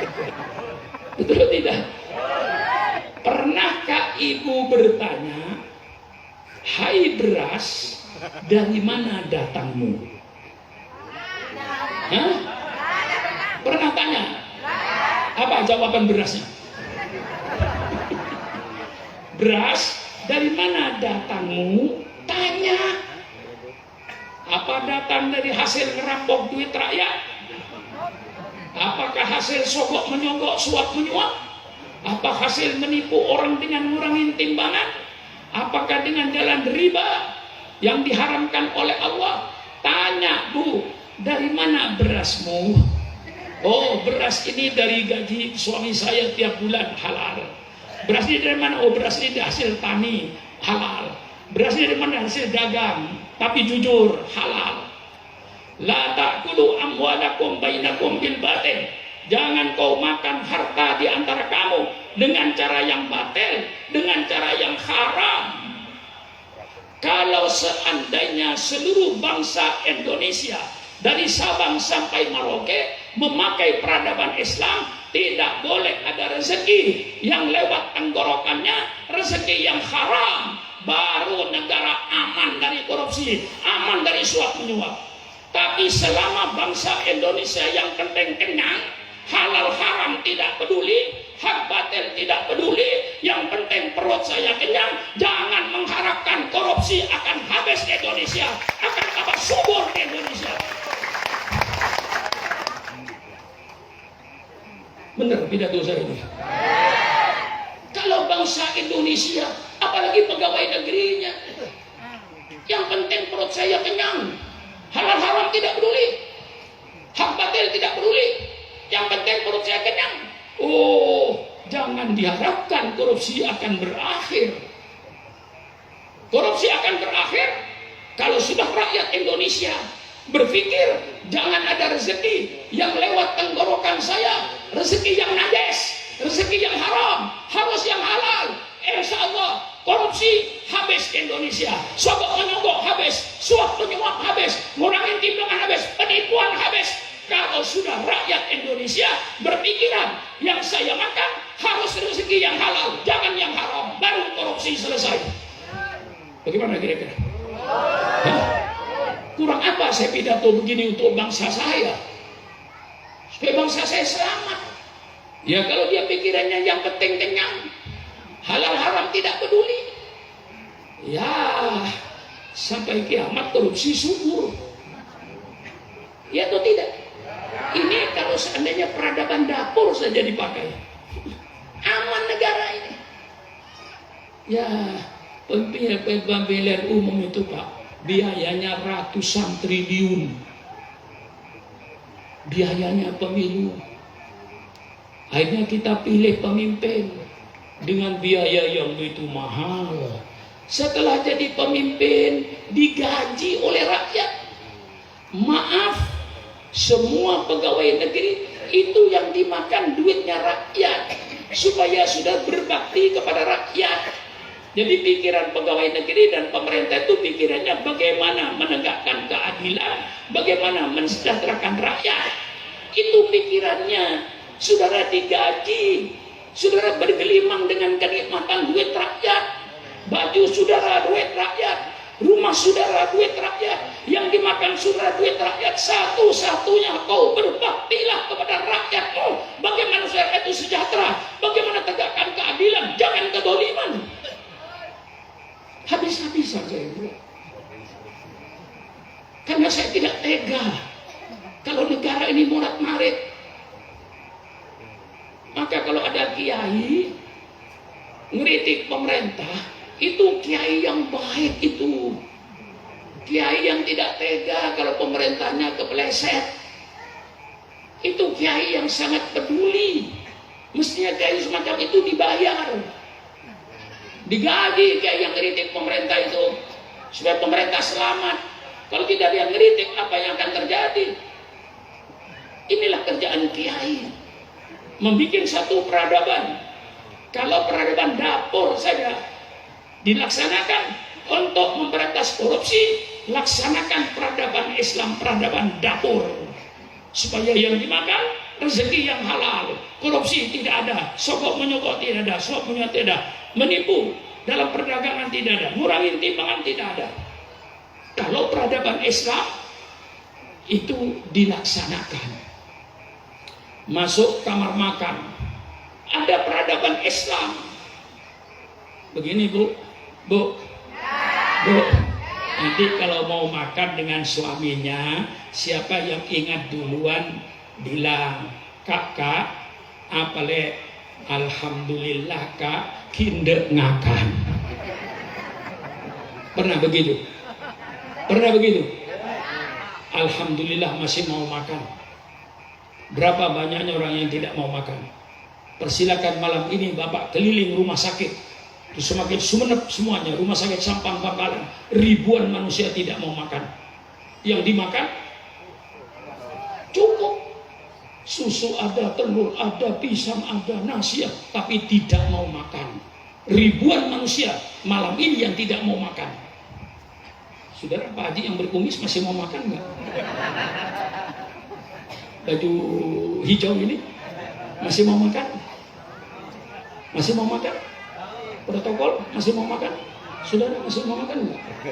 Alhamdulillah masih mau makan. Berapa banyaknya orang yang tidak mau makan? Nah, begitu suaminya mendengar istrinya bilang, kak, alhamdulillah kak, tidak makan. Pas lakinya jawab, iya le, alhamdulillah le, saya kakaknya bodoh. Berapa banyaknya orang mau makan? Yang dimakan kagak ada. Lihat pengungsi itu, bencana alam itu, dia mau makan, yang dimakan kagak ada. Ada yang dimakan banyak, di rumah sakit gak mau makan. Alhamdulillah masih mau makan. Alhamdulillah yang dimakan ada. Subhanallah, nikmatnya bukan main. Baru bismillahirrahmanirrahim. Ini peradaban Islam. Nggak tahu peradaban kafir makannya, saya nggak tahu. Ini peradaban Islam. Begitu makan, alhamdulillahilladzi at'amani wa saqani wa muslimin. Masya Allah. Peradaban kamar tidur. Islam punya peradaban di kamar tidur ini. Kalau mau tidur minimal bismillahumma ahya wa amut. Syukur masih bisa ayat kursi. Syukur masih bisa baca ayat apa, qul a'udzu bil falaq, qul a'udzu bin nas. Minimal bismillahirrahmanirrahim. Sampai mau tidur dengan istrinya pun ada peradabannya, ada bismillahnya, tapi sering tidak dibaca karena agak geburu. Ingin abundar. Saya ajarkan peradaban Islam ini malam ini, bahwa Islam itu punya adab. Jadi mudah ini, saya wala mbak Rajab ini lagi pidato, kalau segi udah mudah nih kan ini. Deki pola mereka ngaji, silakan ongke. Tanya akhiran lu, kak, mari bismillah enggak kak? Kinjak le, turun, turun. Ongke bersumbi, pada so ajar punya peradaban. Kalau mau tidur dengan istrinya sebelum naik, Bismillah, Allahumma jannibi syaiton anni wa jannibni anhu warzuqni dzurriatan thayyibah. Ya Allah, jauhkanlah setan dari saya, jauhkan saya dari setan. Ya Allah, berikanlah saya, ya Allah, keturunan-keturunan yang soleh dan soleh. Tur ungke. Tak bismillah ungke. Saja dulu. Asal saya beri gula dah. Mun sampean ungke ke sini tak ngaku bismillah, ajam. Mun tak ajam, embi. Mun tak embi, perpui. Ini benar. Punya peradaban Islam ini. Sampai kamar depan terima tamu, ada peradaban Islam. Jangan pakai peradaban yang tidak berdasar Quran dan husna Rasulullah, peradaban yang berdasarkan firman Allah, peradaban yang berdasarkan sunnah Rasulullah. Maka yu'minu billahi wal yaumil akhir falyukrim dhaifahu. Barang siapa yang beriman kepada Allah wajib menghormati tamu, tamu dihormati. Ini peradaban Islam. Tamu juga mau masuk rumah jangan sembarangan. La tadkhulu buyutan ghairu buyutikum hatta tatanisu aw tusallimu ila ahliha. Jangan kau masuk rumah yang bukan rumahmu sehingga kau minta izin dan mengucapkan salam. Alangkah indahnya peradaban Islam ini. Tuan rumahnya hormat sama tamu, tamunya mempunyai akhlak, tidak sembarangan masuk rumah orang. Ini peradaban Islam. Tolong cari peradaban yang lebih indah dari Islam. Saya tawarkan ini kepada bangsa Indonesia. Walladzi arsala rasulahu bil huda wa dinil haq liyudhhirahu 'ala dini kullih. Dialah Allah yang mengutus utusannya dengan satu petunjuk dan agama yang benar.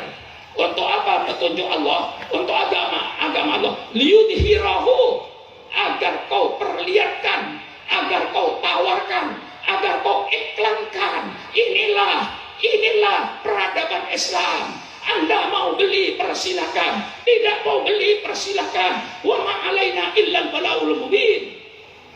Bagi kita, bagi ulama cuma menyampaikan inilah peradaban Islam. Bangsa Indonesia mau makai, alhamdulillah. Tidak mau makai, alhamdulillah. Syukran makmun cuma menyampaikan ini peradaban Islam wahai bangsa Indonesia. Sesuai dengan Al-Quran. Tidak ada yang saya kagumi kecuali Allah.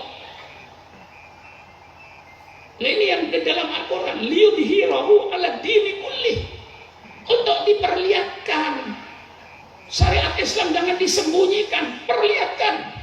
Ini syariat Islam dalam rumah tangga, ini syariat Islam dalam ber-RT, ber-RW, bermasyarakat. Insya Allah peradaban Islamlah peradaban yang paling indah dalam ber-RT, ber-RW, berkelurahan, berkecamatan, bermasyarakat. Sebab apa? Islam memberikan garis, mangkana yu'minu billahi wal yaumil falyukrim jarahu. Barang siapa yang beriman kepada Allah dan nikmat, hormati tetangga. Dalam peradaban Islam, tetangga dengan tetangga saling hormat menghormati, saling harga menghargai, sehingga begitu ber-RT ber-RW kayak di surga. Wala tajassasu, di antara kalian kata Al-Quran, jangan mencari-cari kesalahan orang. Ini kadang-kadang kesalahan orang dicari-cari karena tidak senang, dicari-cari kesalahannya, walaupun tidak salah dianggap salah. Banyak yang bekerja dolim semacam ini karena tidak senang, karena benci, dicari-cari kesalahannya, sehingga barang yang tidak salah dianggap salah. Ini banyak dalam peradaban Islam. Tidak boleh itu, mencari-cari kesalahan tidak boleh.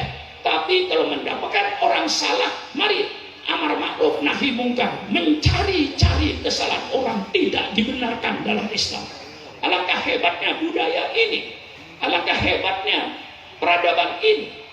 Wa ta'awanu 'alal birri wat taqwa, saling gotong royong membangun RT, membangun RW, membersihkan desa, membangun desa. Mari bergotong royong bersama-sama. Ini ajaran Islam gotong royong ini, wa ta'awanu 'alal birri wat taqwa. Subhanallah, ini peradaban Islam.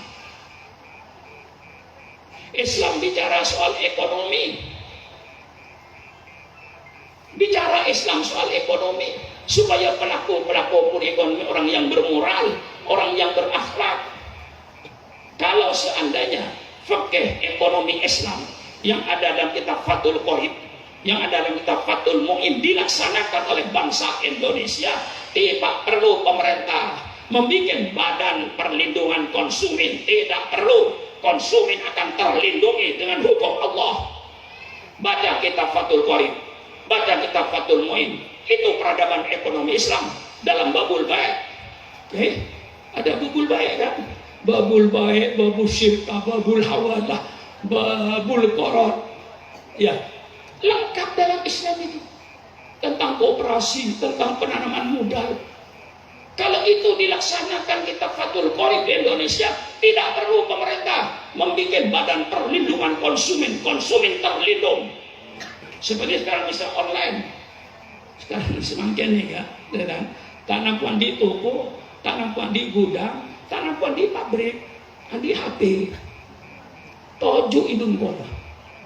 Bisa menjadi pedagang besar itu dengan online-nya. Saya nggak punya pabrik, saya nggak punya toko, saya nggak punya gudang, tapi saya punya koneksi semuanya. Pak Haji pesan apa sama saya? Pesan kursi kayak begini, saya telepon ke Jepara, tolong kirim kursi model ini ke rumah ini. Itu namanya online. Persilakan online. Islam tidak mengharamkan online dengan syarat jangan dibayar kalau barang belum diterima. Ya, jadi dagang online. Kalau bayar duluan, kalau nggak dikirim apa? Atau dikirim barang yang bukan kualitasnya, maka online halal. Persilakan online dengan syarat jangan membayar kalau barang belum diterima. Barang diterima di rumah baru bayar. Kalau sesuai, kalau nggak sesuai kembalikan dengan pesanan. Subhanallah. Mengapa Islam bicara soal ekonomi? Supaya pelaku-pelaku ekonomi ini orang yang berakhlak, orang yang bermoral, bukan penipu. Kalau pelaku ekonominya penipu, hancurlah negara ini. Ini suatu peradaban. Sekarang saya perlihatkan yang terakhir.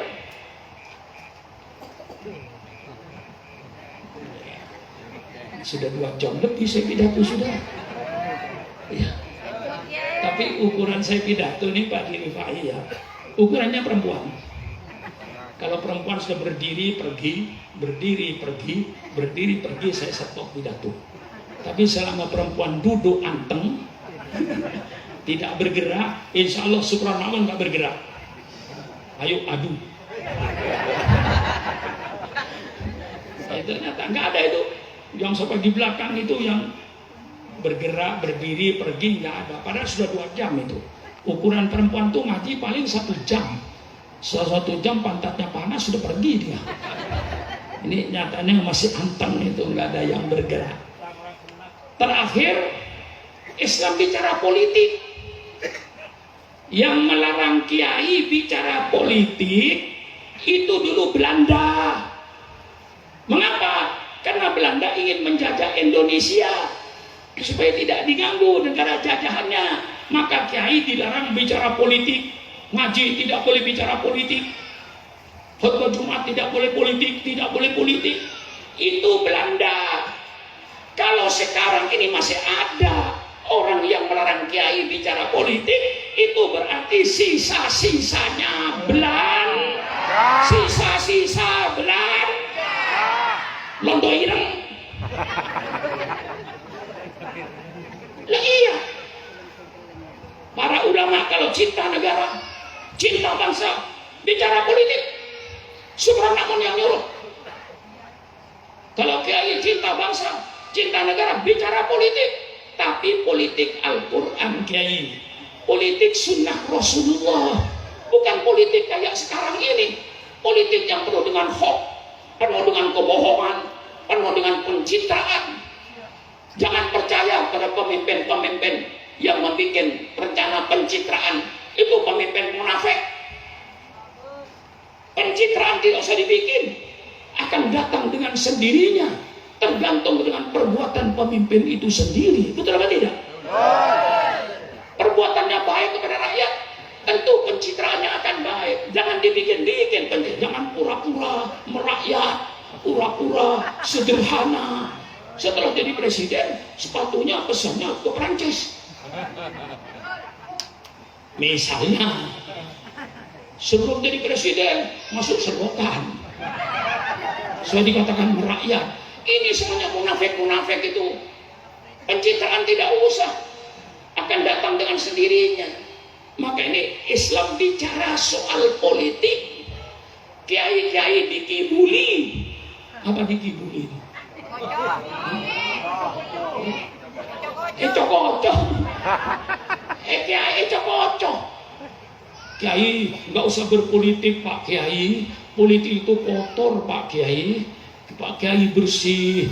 Jangan mencampuri politik lah, kotor. Sudah Pak Kiai di pondok aja. Saya yang mau berpolitik. Kan begitu toh? Saya yang mau berpolitik, Kiai nggak usah. Kalau Kiai berpolitik nanti ini haram, ini haram. Udah Kiai di pondok aja lah, nggak usah berpolitik. Cocok, nunduk Kiai. Ini bener. Politik itu tidak kotor. Kalau politik kotor, persilakan pemerintah bubarkan semua fakultas sosial politik. Mengapa ada perguruan tinggi jurusan sosial politik? Kalau politik tidak kotor, bubarkan itu. Politik itu tidak kotor. Yang kotor itu pelaku politik. Ini kan? Yang kotor pelaku politik ini bagus. Ilmu politik ini ilmu yang baik, yang wajib dituntut. Ilmu politik ialah ilmu bagaimana cara mengatur suatu negara. Ilmu yang mempelajari bagaimana cara mengatur negara itu namanya ilmu politik. Wajib. Dalam Islam banyak Al-Ahkam As-Sultaniyah Imam Mawardi tentang hukum negara, hukum tata negara. Al-Ahkam Sultaniyah Imam Abu Ya'la Madhab Ambali. Lalu yang baru meninggal beberapa bulan yang lalu Profesor Dr. Kordowi, seorang ulama besar di Mesir, yang menyusun kitab namanya Fiqhud Daulah, fikih bernegara, fikih bernegara. Ibnu Taimiyah memberikan satu kitab lagi, Fiqhus Siyasah, fikih tentang politik. Bagaimana politik Al-Quran, bagaimana politik Rasulullah. Ini kita kembangkan, ini peradaban politik dalam Islam. Yang jahat itu bukan politik, yang jatuh pelaku politik. Siapa pelaku politik?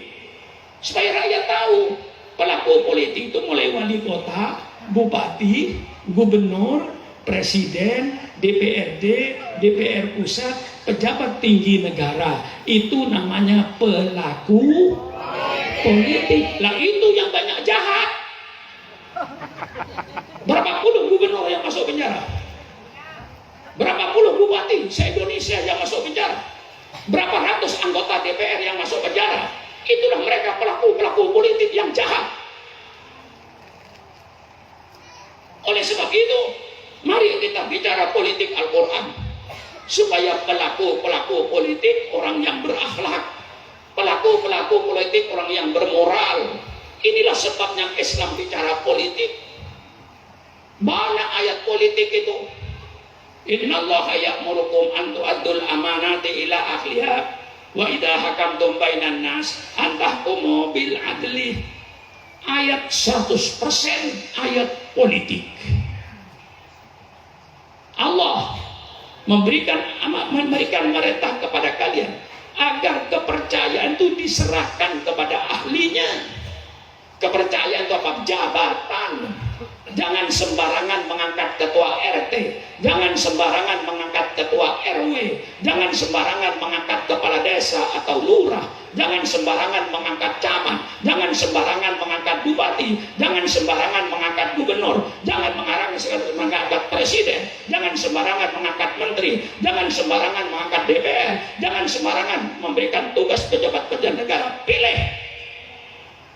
Antu'adul amanati ila ahliha.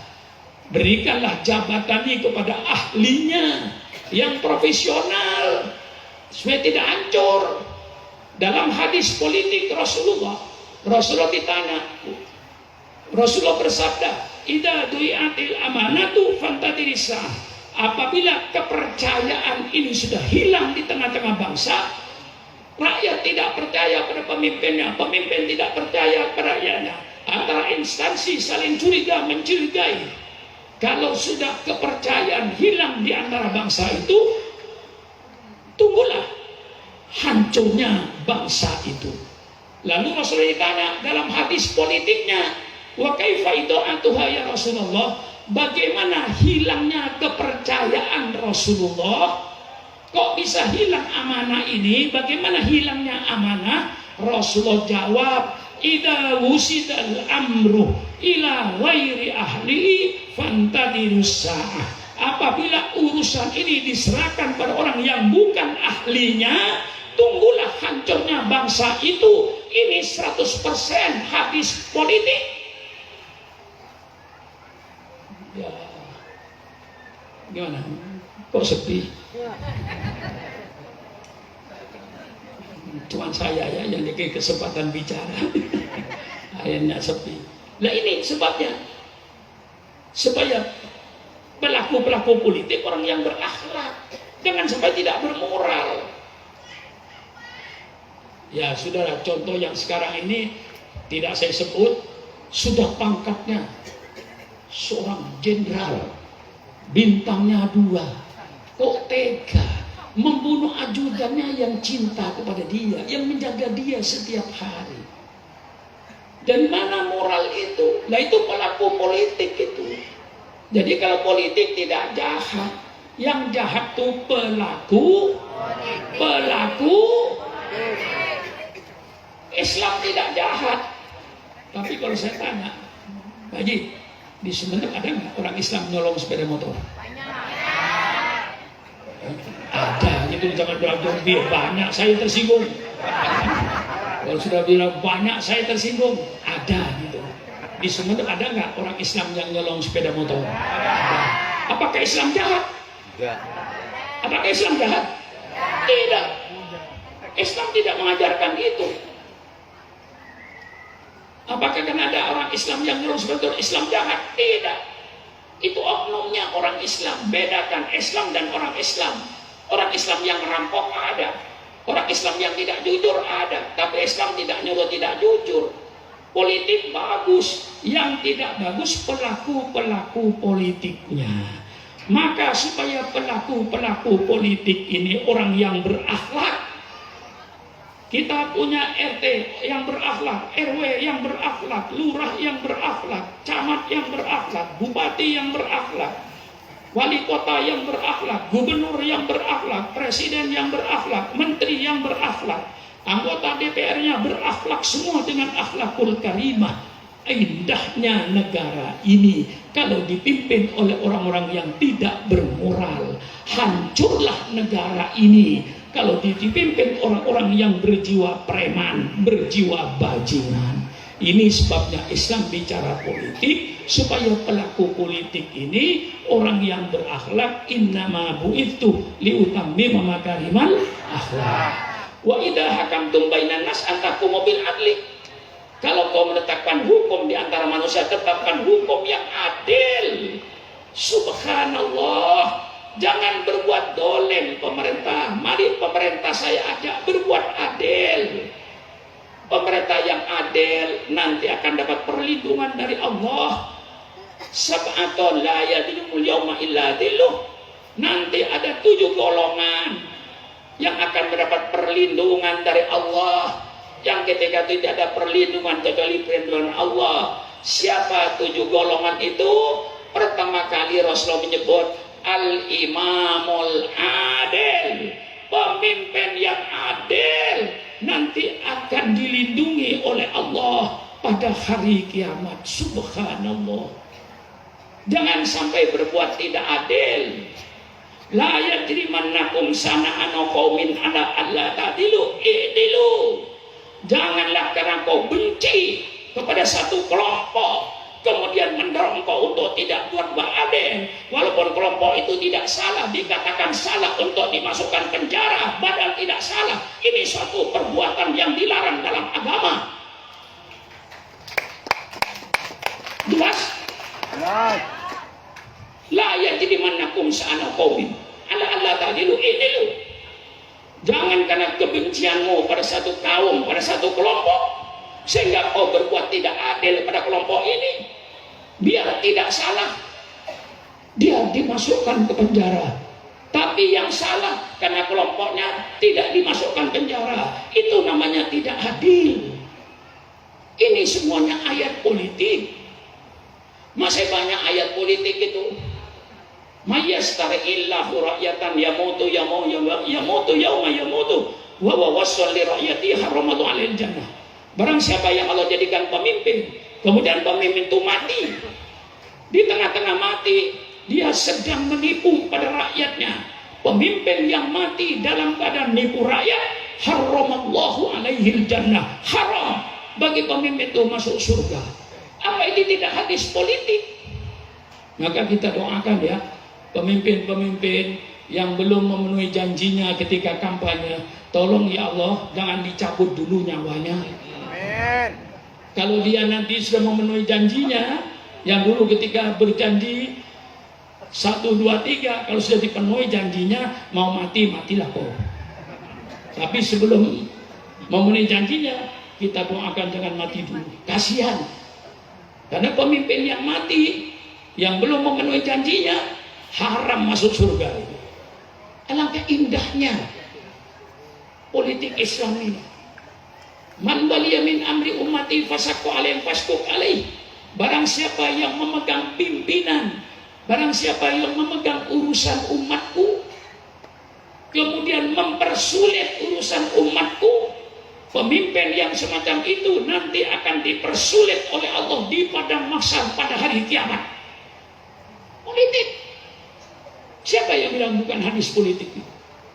Banyak lagi ayat-ayat Quran mengenai politik dan hadis Nabi Muhammad yang politik yang hebat, politik yang jujur. Nah, maka jadi pemimpin jangan mempersulit urusan umat. Tapi kadang-kadang yang terjadi, kalau bisa dipersulit, mengapa dipermudah? Banyak yang berpikir begitu kan? Kalau bisa dipersulit, mengapa dipermudah? Persulit aja, peras duit rakyat itu sampai habis. Mestinya kalau dia berpikiran politik Islam, kalau bisa dipermudah, mengapa dipersulit? Permudah. Ini politik Islam. Ya, kalau saya bicara pada ini sudah terlalu panjang.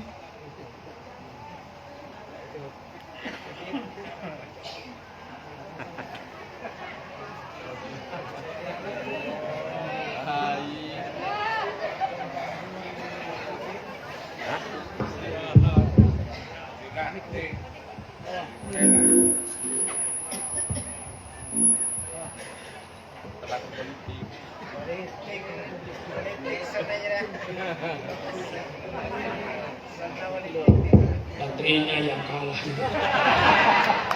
Saya kira cukup sekian lah.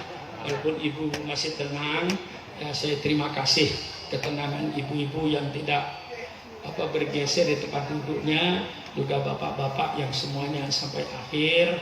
Inilah pidato saya memperingati pertama kali pengorbanan dan pengorbanan.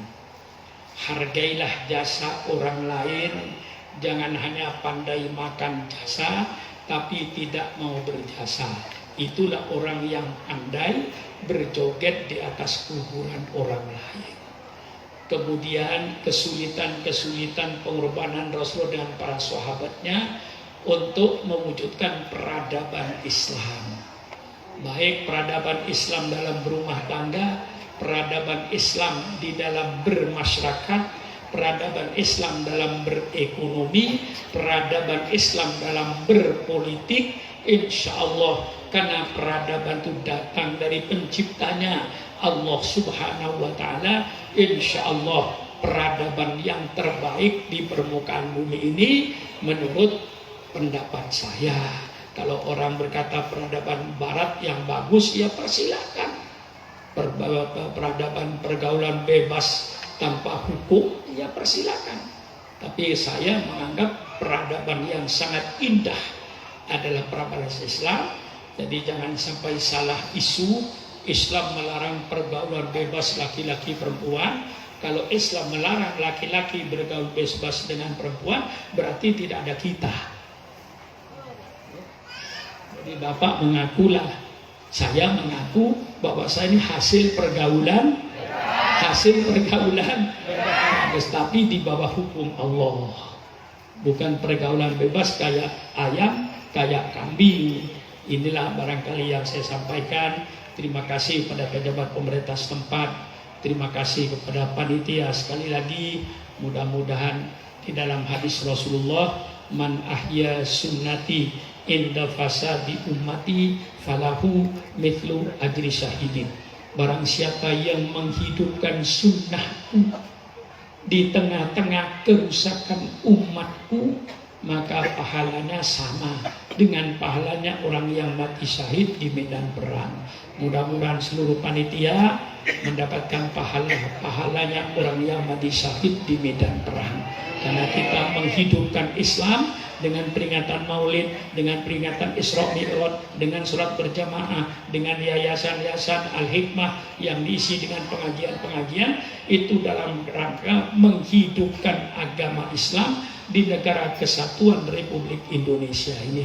Sekian, kurang lebihnya saya minta mohon maaf yang sebesar-besarnya. Insya Allah saya langsung menuju Jakarta. Dan malam ini juga saya akan meninggalkan Sumeneb. Mohon doanya karena mengejar acara-acara yang masih ada di Jakarta, mengejar acara subuh pagi dan hari Sabtu jam 10 di Bekasi ada hall juga, ada maulid juga.